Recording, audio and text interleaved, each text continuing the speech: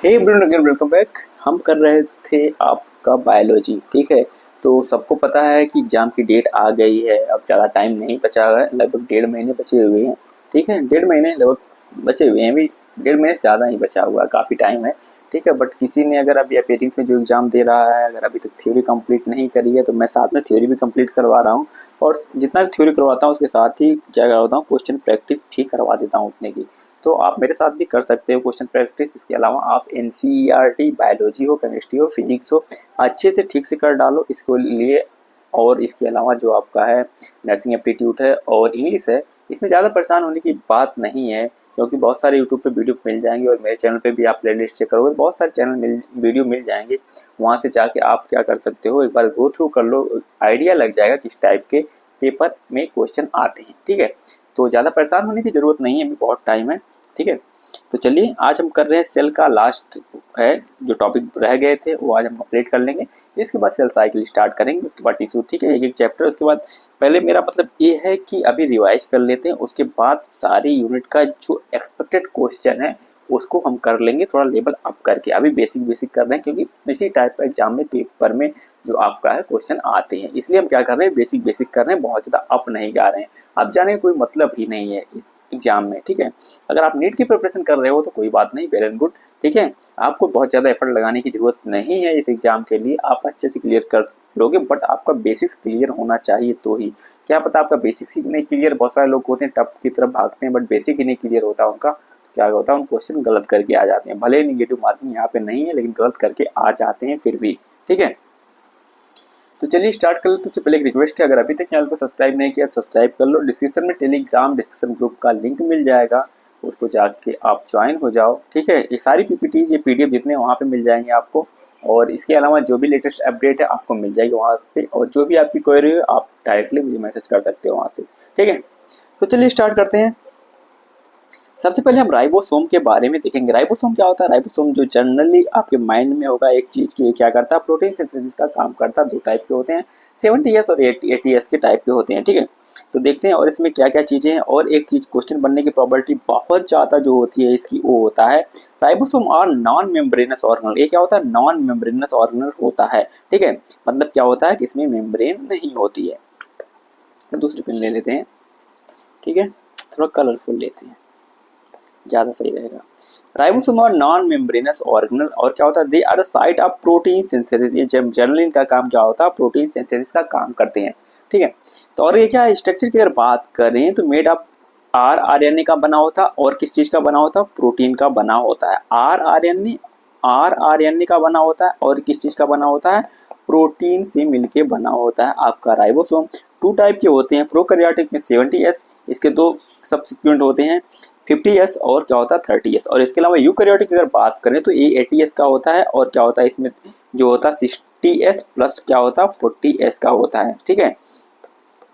इसका लोकेशन की अगर बात करें तो ये फ्री इन साइटोप्लाज्म, जो ये सेल होती है, सेल का जो साइटोप्लाज्म होता है, ये आपका क्या हो गया, ये आपका न्यूक्लियस हो गया, यहाँ पे गोल्जी बॉडी एंटीप्लाज्मिक रेटिकुलम हो जाता है। यहाँ पे क्या आपका फ्री मिलता है, कहीं कहीं राइबोसोम ऐसे पड़ा रहेगा साइटोप्लाज्म में, ठीक है। इसके अटैच जो होता है किससे, आपका रफ एंटीप्लाज्मिक रेटिकुलम से। अब रफ एंटीप्लाज्मिक रेटिकुलम जो अटैच होता है, सीधे अटैच होता है आपका न्यूक्लियस के एनवलप से। जो न्यूक्लियस के एनवलप से अटैच होता है, तो यहीं पे जो इसके ऊपर ऊपर क्या होते हैं, अगर डॉटेड लाइनिंग होती है जिसको हम रफ एंटीप्लाज्मिक रेटिकुलम बोलते हैं, और जो इसमें लाइनिंग ये डॉटेड चीजें नहीं होती उसको हम क्या बोलते हैं, स्मूथ एंटीप्लाज्मिक रेटिकुलम बोलते हैं। जो रफ वाला होता है वो प्रोटीन सिंथेसिस का काम करता है, जो स्मूथ वाला होता है वो लिपिड सिंथेसिस का काम करता है, ठीक है। तो अटैच होते हैं आपका रफ एंटीप्लाज्मिक रेटिकुलम से, क्योंकि प्रोटीन का सिंथेसिस कर रहे हैं, ठीक है। अगर फंक्शन की बात करें तो फंक्शन आपने सबको पता है, प्रोटीन सिंथेसिस का काम करते हैं, ट्रांसलोकेशन का काम करते हैं, और क्या करते हैं, फॉर्मेशन ऑफ द पॉलीमरेज का फॉर्मेशन करते हैं, जिसे मिनी राइबोसोम और 1mRNA, जहाँ बहुत सारे राइबोसोम होते हैं एक mRNA पे, ठीक है। mRNA जो मेनली मैसेंजर का काम करता है। इसके बाद साइटोस्केलेटन। साइटोस्केलेटन क्या होता है, सेल को शेप प्रोवाइड करने का काम करता है जनरली। ये क्या होता है, a network of protein filament present in the cytoplasm. Protein का जो क्या होता है, एक फिलामेंट होता है, ठीक है, वो कहाँ पे प्रेजेंट होता है, साइटोप्लाज्म में प्रेजेंट होता है। और ये जनरली जो आपका इस टाइप का होता है, ठीक है, इस टाइप का होता है, ठीक है, इस टाइप से होता है, इस सेल आपको 3D में देखोगे समझ में आएगा। 2D में मैंने 3D बनाने की कोशिश करी है बट 3D बन नहीं पाया, ठीक है। अगर 3D में देखोगे तो आपको समझ में आएगा, ठीक है। कंपोनेंट की अगर बात करें तो इसमें क्या होता है, माइक्रोट्यूब्यूल्स होते हैं, माइक्रोफिलामेंट्स होते हैं और क्या होता है, इंटरमीडिएट फिलामेंट्स होते हैं। माइक्रोट्यूब्यूल किससे मिलकर बना होता है, ये आपको क्वेश्चन आगे देखने को मिलेगा, इस टाइप के क्वेश्चन आते हैं जनरली। ये मिलके बना होता है आपका ट्यूबुलिन प्रोटीन से मिलके बना होता है, और माइक्रोफिलामेंट्स जो होते हैं वो एक्टिन से मिलके बने होते हैं।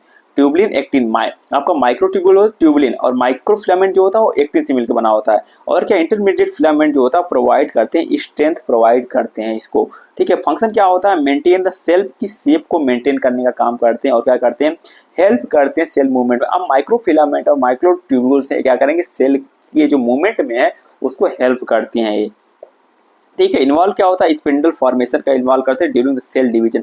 जब सेल डिवीजन होता है तो यहाँ पे सेंट्रियोल हो गया, ठीक है। ये आपका जो क्या हो गया, आपका क्रोमोसोम हो गए, ठीक है। ये क्रोमोसोम हो गए, ये क्रोमोसोम हो गए। यहाँ से जो आपका स्पिंडल फाइबर आता है, स्पिंडल फाइबर ये बनता है, ये बनता है, ये बनता है, स्पिंडल फाइबर होता है। इसको क्या करता है, सेल डिवीजन में हेल्प करता है, स्पिंडल फाइबर का फॉर्मेशन करता है आपका सेंट्रियोल, ठीक है। इसके बाद सीलिया एंड फ्रेजिला की बात करते हैं। सीलिया एंड फ्रेजिला ऑलरेडी मैंने बता रखा है इसके बारे में। इसका ये क्या होता है, covered by the plasma membrane, plasma membrane से कवर्ड होता है आपका सीलिया फ्रेजिला। और क्या होता है, इंटरनल स्ट्रक्चर जो होता है इसका एक्सोनिमा 9+2 का अरेंजमेंट देखने को मिलता है, ठीक है इसमें। और क्या होता है, 9 क्या होते हैं, ड्रॉपलेट होते हैं, और 2 सेंट्रल माइक्रोट्यूब्यूल होते हैं। 9 ड्रॉपलेट होते हैं और 2 सेंट्रल, ये आपकी जैसे कि कोई हो गया और ये, ठीक है। यहाँ पे जो दो आपको एक 3D में बनाओगे तब दिखाई देगा, ठीक है।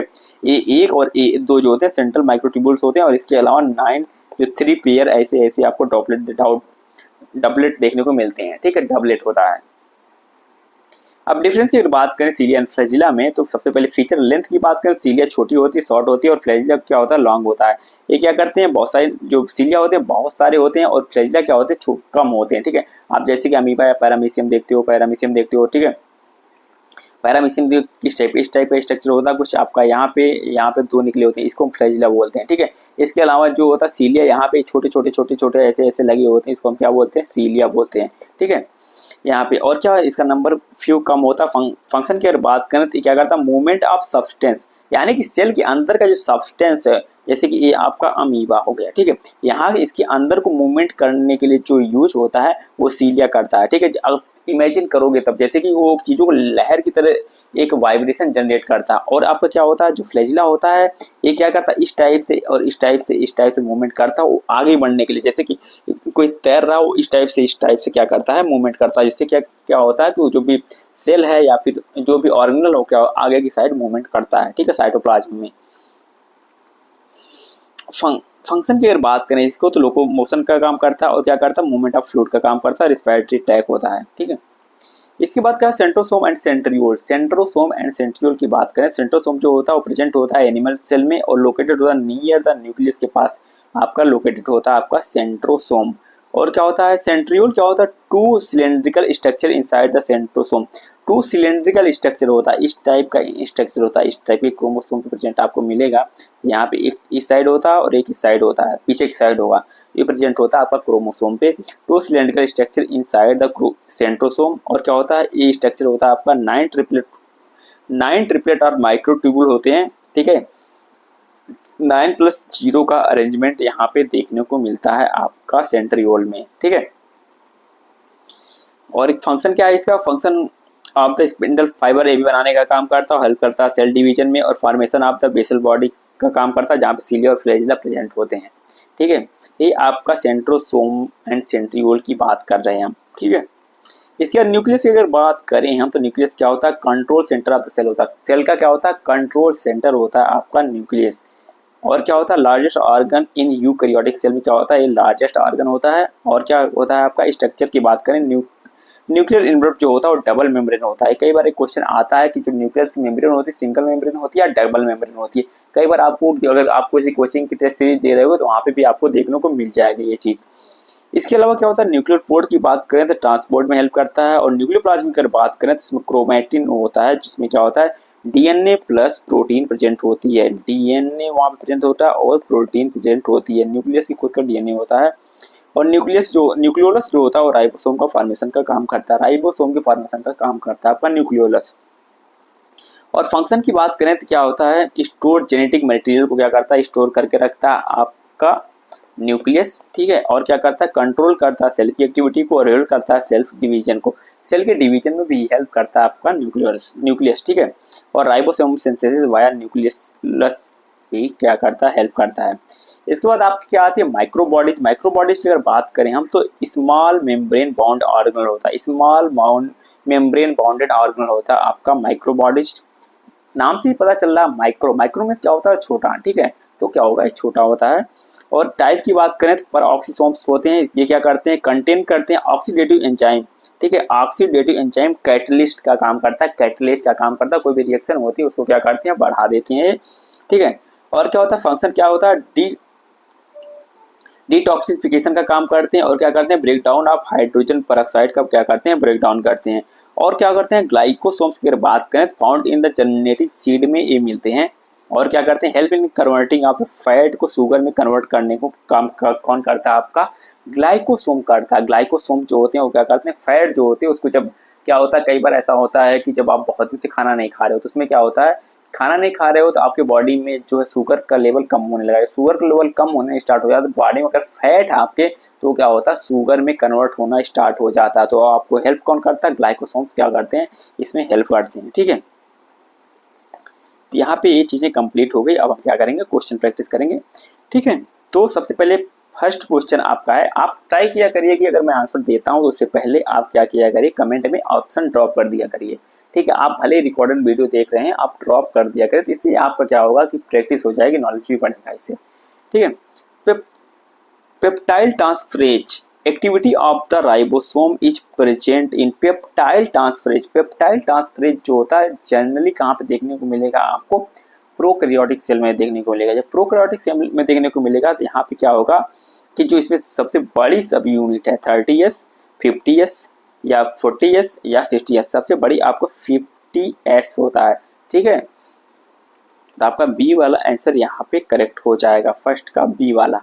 इसके बाद क्या है, दूसरा क्वेश्चन आपका सेडिमेंटेशन कोएफिशिएंट, जो एस होता है उसको हम क्या बोलते हैं, सेडिमेंटेशन कोएफिशिएंट बोलते हैं। आप द यूकैरियोटिक राइबोसोम, अभी सेडिमेंटेशन कोएफिशिएंट की बात करें यूकैरियोटिक, इसमें 80s का होता है आंसर, ठीक है। आप सेडिमेंटेशन कोएफिशिएंट से आप क्या होगे, कंफ्यूज मत होना बेटे, ऑप्शन देख के आपको समझ में आ जाएगा उसका सेडिमेंटेशन कोएफिशिएंट, ठीक है। तो सेकंड का आपका सी वाला हो जाएगा। इसके बाद क्या होगा, polymerase refers to polymerase reaction, polymerase, ठीक है, वन राइबोसोम या फिर आपका मल्टीपल राइबोसोम ऑन mRNA। अभी हमने थ्योरी में ये चीज देखी थी, ठीक है। डीएनए प्रोटीन कॉम्प्लेक्स और क्या प्रोटीन चेन, नहीं आपका क्या होगा, पॉलीमरेज जो रिफर करता है वो क्या करता है, मल्टीपल राइबोसोम ऑन mRNA होते हैं, मल्टीपल राइबोसोम एक mRNA पे होते हैं, ठीक है। ये क्या करते हैं, प्रोटीन सिंथेसिस या किसी एक मैसेज को एक जगह दूसरी जगह पहुंचाने पर काम करते हैं। इसके बाद नेक्स्ट क्वेश्चन क्या है, which is the not component of the cytoskeleton. Cytoskeleton का कंपोनेंट इसमें से नहीं है, माइक्रोट्यूबुल्स है, माइक्रोफिलामेंट है, इंटरमीडिएट फिलामेंट ये भी है। अभी आपने पढ़ा था ऊपर, अब क्या राइबोसोम, राइबोसोम जो है वो क्या है, कंपोनेंट नहीं है साइटोस्केलेटन का। तो आपका 4 का डी वाला करेक्ट हो जाएगा, ठीक है। इसके बाद microtubules are made up of, अभी मैंने बताया था माइक्रोट्यूबुल्स का ट्यूबुलिन प्रोटीन था और एक्टिन प्रोटीन था, ठीक है। माइक्रोट्यूबुल्स जो मिलके बने होते हैं वो ट्यूबुलिन प्रोटीन से मिलके बने होते हैं, 5 नंबर का बी वाला करेक्ट हो जाएगा। इसके बाद क्या, microfilament, microtubule and microfilament, microfilament are composed of, microfilament जो मिलके बने होते हैं वो आपका एक्टिन प्रोटीन से मिलके बना होता है। तो आपका यहाँ पे बी वाला आंसर करेक्ट हो जाएगा, 6 नंबर का बी, एक्टिन प्रोटीन, ठीक है। इसके बाद क्या करते हैं, the structural arrangement of cilia and flagella. Cilia and flagella का स्ट्रक्चरल अरेंजमेंट क्या होता है, इसको 9+0 होता है या होता है 9+2 होता है, ठीक है। 7 नंबर का जो आंसर होगा आपका सीलिया एंड फ्रेजिला का अरेंजमेंट जो जनरली देखने को मिलता है 9+2 देखने को मिलता है, ठीक है। 7 नंबर का बी हो जाएगा correct. Basal bodies are structurally similar to, basal bodies किसके सिमिलर होती है, बेसल बॉडी की बात हो रही है, राइबोसोम, सेंट्रियोल, न्यूक्लियस या लाइसोसोम। आपका 8 नंबर का आंसर जो बी वाला करेक्ट हो जाएगा। और जो बेसल बॉडीज होंगी उन सेंट्रियोल्स की क्या होती है, बिल्कुल सिमिलर होती हैं। तो 8 नंबर का बी वाला आंसर करेक्ट हो जाएगा, ठीक है। इसके बाद नेक्स्ट पे चलते हैं, primary function of flagella. Flagella का प्राइमरी फंक्शन क्या है, आपका डाइजेशन है, मूवमेंट है, रिस्पायरेशन है या स्टोरेज है। तो आपका जो होगा फ्लैजला, फ्लैजला का जनरली जो फंक्शन होता है वो क्या करता है, मूवमेंट का काम करता है, ऐसे ऐसे तैरने में हेल्प करता है। जैसे कि आप तैरते हो, पानी पीछे की तरफ धकेलते हो, ये भी क्या करता है, पानी को पीछे की तरफ धक्का देता है। तो बी वाला करेक्ट हो जाएगा यहाँ पे, ठीक है। इसके बाद क्या है, 10 नंबर की अगर बात करें, cytoskeleton does not function in, इसमें साइटोस्केलेटन का कौन सा फंक्शन नहीं है। जब भी आपको नॉट मिले, यस मिले, करेक्ट मिले, ठीक है, एक्सेप्ट मिले, वहां सबसे पहले क्या किया करो, लाइनिंग किया करो, ठीक है। मेंटेनिंग ऑन द शेप का काम करता है, सेल मूवमेंट का काम करता है, डीएनए रेप्लिकेशन काम करता है, मैकेनिकल सपोर्ट। इसमें आपका 10 नंबर सी वाला हो जाएगा, आपका डीएनए रेप्लिकेशन का काम नहीं करता, बाकी मेंटेन शेप भी मेंटेन करता है, सेल का मूवमेंट भी करवाता है और मैकेनिकल के सपोर्ट भी प्रोवाइड करता है, ठीक है। इसके बाद अगर 11 नंबर की हम बात करें तो centrosome is typically present, centrosome typically कहाँ पे प्रेजेंट होता है, प्लांट सेल में प्रेजेंट होगा, नहीं एनिमल सेल, बैक्टीरिया, फंजाई। तो 11 नंबर का बी वाला मैंने अभी जब थ्योरी पढ़ाई थी तब पढ़ाया था, सेंट्रोसोम जो जनरली प्रेजेंट होता है वो एनिमल सेल में प्रेजेंट होता है, ठीक है, अगर आपको याद हो तो। इसके बाद क्या, स्ट्रक्चर ऑफ द सेंट्रियोल, अगर स्ट्रक्चर ऑफ सेंट्रियोल की बात करें हम तो 9+2 का अरेंजमेंट होता है, 9+0 का अरेंजमेंट होता है, ट्रिपलेट बोलते हैं, या फिर 8+2 और 10+2, ये तो दोनों गलत कर दो, ठीक है। तो कहीं भी ये अरेंजमेंट आपको देखने को नहीं मिलता है। जनरली क्या देखने को मिलता है, 9+2 का अरेंजमेंट देखने को मिलता है, 9+0 का अरेंजमेंट देखने को मिलता है, ट्रिपलेट का 3 पेयर में, ठीक है। तो हमने सेंट्रियोल में अभी अभी ऊपर पढ़ा था 9+0 का अरेंजमेंट देखने को मिलता है, सीलिया एंड फ्लैजिला में देखने को मिलता है आपका 9+2 का अरेंजमेंट, ठीक है। तो आपका आंसर जो करेक्ट हो जाएगा वो बी वाला करेक्ट हो जाएगा। नेक्स्ट पे चलते हैं, सेंट्रियोल हेल्प इन, सेंट्रियोल किस में हेल्प करता है, प्रोटीन सिंथेसिस में, नहीं स्पिंडल फॉर्मेशन में, नहीं फोटोसिंथेसिस और डाइजेशन में तो कभी भी हेल्प नहीं करेगा आपको, स्पिंडल फॉर्मेशन में हेल्प करेगा, सेल डिवीजन के टाइम पे मैं इसको बताऊंगा डिटेल में, ठीक है। बी वाला करेक्ट हो जाएगा। इसके बाद क्या, outer nuclear membrane is continuous with, outer nuclear membrane, nucleus की जो आउटर मेम्ब्रेन किसके साथ क्या होती है, अटैच होती है, गोल्जी अपर्चर, नहीं एंडोप्लाज्मिक रेटिकुलम से अटैच होती है, कंटिन्यूअसली होती है। आप जनरली देखोगे आपका न्यूक्लियस है यहीं से क्या होता है, जनरली निकला होता है एंटीप्लाज्मिक रेटिकुलम, ठीक है, यहीं से निकला होता है आपका। अब एक तरफ यहाँ पे डॉटेड होता है, वहाँ पे रफ एंटीप्लाज्मिक रेटिकुलम बोलते हैं, और एक तरफ क्या होता है, नहीं कुछ भी होता है, उसको हम स्मूथ एंटीप्लाज्मिक रेटिकुलम बोलते हैं। एक प्रोटीन सिंथेसिस का काम करता है, एक लिपिड का काम करता है, लिपिड सिंथेसिस का काम करता है। तो आपका 14 नंबर का आंसर करेक्ट हो जाएगा बी वाला, ठीक है। Main function of the nucleolus, nucleolus का मेन फंक्शन क्या होता है, ठीक है। जनरली क्या यहाँ पे देखने को मिलता है आपको, प्रोकैरियोटिक सेल्स में देखने को मिलता है DNA replication, ribosome formation, lipid synthesis या स्टोरेज। आपका 15 नंबर का बी करेक्ट हो जाएगा, राइबोसोम के फॉर्मेशन में आपका क्या करता है, हेल्प करता है, मेन फंक्शन इसी का है, ठीक है। फिर क्या, nuclear pore help in, nuclear pore कहाँ पे हेल्प करती है, energy production, transport of the molecule, digestion या स्टोरेज। 16 नंबर का जो हो जाएगा आपका बी वाला करेक्ट हो जाएगा, ट्रांसपोर्ट ऑफ मॉलिक्यूल में हेल्प करता है, ठीक है। इसके बाद क्या है, condense form of the chromatin, जो क्रोमेटिन का कंडेंस फॉर्म होता है जनरली दिखाई नहीं देता, वो क्या करता है, न्यूक्लियस होता है, क्रोमोसोम होता है, राइबोसोम होता है या सेंट्रोसोम होता है। 17 नंबर का बी वाला करेक्ट हो जाएगा, क्रोमोसोम होता है जो कंडेंस होता है क्रोमेटिन, ठीक है। ये मैं सेल डिवीजन में आपको बताऊंगा। Function of the peroxisome, peroxisome का फंक्शन क्या होता है, लास्ट में थ्योरी, ठीक है। प्रोटीन सिंथेसिस, डिटॉक्सिफिकेशन या फोटोसिंथेसिस या स्टोरेज। तो आपका यहाँ पे जो प्रोक्सिसोम होता है वो जनरली डिटॉक्सिफिकेशन का काम करता है सेल में, ठीक है। 18 नंबर का बी वाला करेक्ट हो जाएगा, ठीक है। इसके बाद क्या होता है, ग्लाइकोसोम और मेनली फाउंड इन, ग्लाइकोसोम कहाँ पे मिलते हैं, एनिमल सेल में, जेनेटिक सीड में मिलते हैं या फिर आपका बैक्टीरिया में या वायरस में।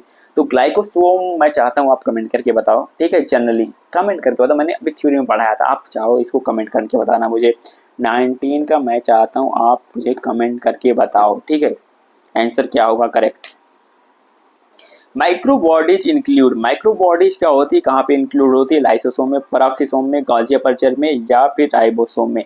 तो आपका 20 नंबर का आंसर क्या हो जाएगा, बी वाला करेक्ट हो जाएगा, माइक्रोबॉडीज इंक्लूड होती है आपके पेरोक्सिसोम से, ठीक है।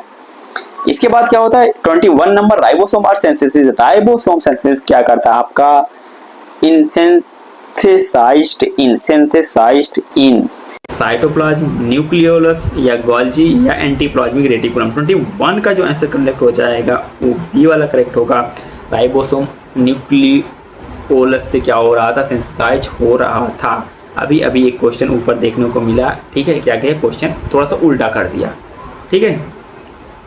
ऐसे ही आप कंफ्यूज होते हो। साइटोस्केलेटन इन्वॉल्व है, साइटोस्केलेटन कहाँ पे इन्वॉल्व होता है? डाइजेशन में, स्पिंडल फॉर्मेशन में, रिस्पायरेशन या स्टोरेज में। 22 का जो करेक्ट हो जाएगा वो बी वाला हो जाएगा, स्पिंडल फॉर्मेशन में क्या करता है? इन्वॉल्व होता है। इसके बाद क्या है? इनॉक्सिनिमी इज प्रेजेंट इन, एक्सोनिमी है, एक्सोनिमी प्रेजेंट इन क्या है? Nucleus, cilia and flagella, ribosome या एंटीप्लाज्मिक रेटिकुलम। 23 का जो आंसर करेक्ट हो जाएगा बी वाला होगा, सीलिया एंड फ्लैजिला। ठीक है, एक्सोनिमी है।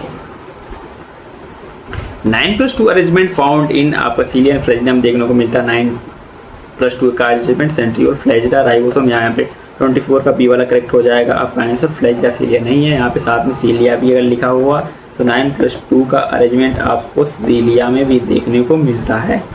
ठीक है, इसके बाद क्या है? Nuclear membrane. न्यूक्लियर मेम्ब्रेन की बात करें, सिंगल लेयर होती है, नहीं डबल लेयर होती है, ट्रिपल लेयर। न्यूक्लियर मेम्ब्रेन मैंने ऑलरेडी बता दिया, डबल लेयर होती है। क्वेश्चन कई बार आ चुका है, इसको ध्यान रख लेना अच्छे से। 25 का बी वाला करेक्ट हो जाएगा। ठीक है, इसके बाद क्या? Intermediate filament provide. Intermediate filament क्या प्रोवाइड करता है? Strength, movement, digestion and storage. Digestion and storage कतई नहीं होगा। इसके बाद क्या? मूवमेंट। मूवमेंट तो फ्लैजिला का काम है। तो इंटरमीडिएट फिलामेंट का क्या काम? आपका स्ट्रेंथ प्रोवाइड करना। तो 26 का हो जाएगा ए करेक्ट। ठीक है, इसके बाद क्या? Ribosome function in. राइबोसोम किस चीज़ में हेल्प करता है? DNA replication, protein synthesis. यार बी वाला करेक्ट है, प्रोटीन सिंथेसिस में हेल्प करता है। इसमें ज़्यादा दिमाग लगाने की जरूरत नहीं है, जब से सेल स्टार्ट किया हमने तब से ये चीज़ हम देखते आ रहे हैं। ठीक है, पेरोक्सिसोम कंटेन एंजाइम। पेरोक्सिसोम कौन सी एंजाइम कंटेन करता है? कैटलेज, पेप्सिन, एमाइलेज या लाइपेज। मैंने बताया था पेरोक्सिसोम के साथ कैटलेज एंजाइम क्या करता है? वो कंटेन करता है। ठीक है, कैटलेज एंजाइम प्रेजेंट होती है आपको पेरोक्सिसोम में। इसके बाद क्या? नेक्स्ट क्वेश्चन क्या? सेंट्रियोल और एब्सेंट। कहाँ पे सेंट्रियोल एब्सेंट होता है? प्लांट सेल में एब्सेंट होगा, एनिमल सेल में प्रेजेंट होता है। और क्या होगा? आपका प्लांट सेल होती है, वहाँ पे आपको सेंट्रियोल देखने को नहीं मिलेगा। ठीक है, तो बी वाला करेक्ट हो जाएगा। ये सीधा सीधा इसको याद रखो, ये फंसाने वाले क्वेश्चन है थोड़े से। Nuclear matrix provide. Nuclear matrix क्या प्रोवाइड करती है? आप स्ट्रक्चरल सपोर्ट, एनर्जी, डाइजेशन या ट्रांसपोर्ट। तो आपका जो न्यूक्लियर मैट्रिक्स है वो प्रोवाइड करती है स्ट्रक्चरल सपोर्ट। तो 30 नंबर का ए वाला आंसर क्या हो जाएगा? करेक्ट हो जाएगा। ठीक है, तो आज के लिए बस इतना ही। यहाँ पे सेल पूरी तरीके से खत्म होता है। इसके बाद सेल डिवीजन स्टार्ट करेंगे, फिर हम टिश्यू स्टार्ट करेंगे। ठीक है, बहुत जल्द इसके बाद हम ट्राई करेंगे कि एक दिन में एक चैप्टर पूरा कंप्लीट कर दें। ठीक है, तो इसमें कोई भी चीज़ ना समझ में आई हो तो आप क्या कर सकते हो? कमेंट करके पूछ सकते हो मुझसे। और वीडियो पसंद आए तो प्लीज़ लाइक करना। और आपके सिबलिंग्स या फिर आपके कलीग्स या फिर कोई और प्रिपरेशन कर रहा हो बीएससी नर्सिंग का, किसी भी स्टेट का, चाहे वो यूपी हो, बिहार हो या फिर हरियाणा हो या पंजाब हो, कहीं भी कर रहा हो तो वीडियो देख सकता, सबके लिए है। और एम्स बीएससी नर्सिंग में भी कोई अगर इंटरेस्टेड है, एग्ज़ाम दे रहा तो प्रॉपर आप वीडियो देख सकते हो, आपके लिए भी है। ठीक है, तो मिलते हैं बहुत जल्द नेक्स्ट वीडियो में नए चैप्टर के साथ। Thank you.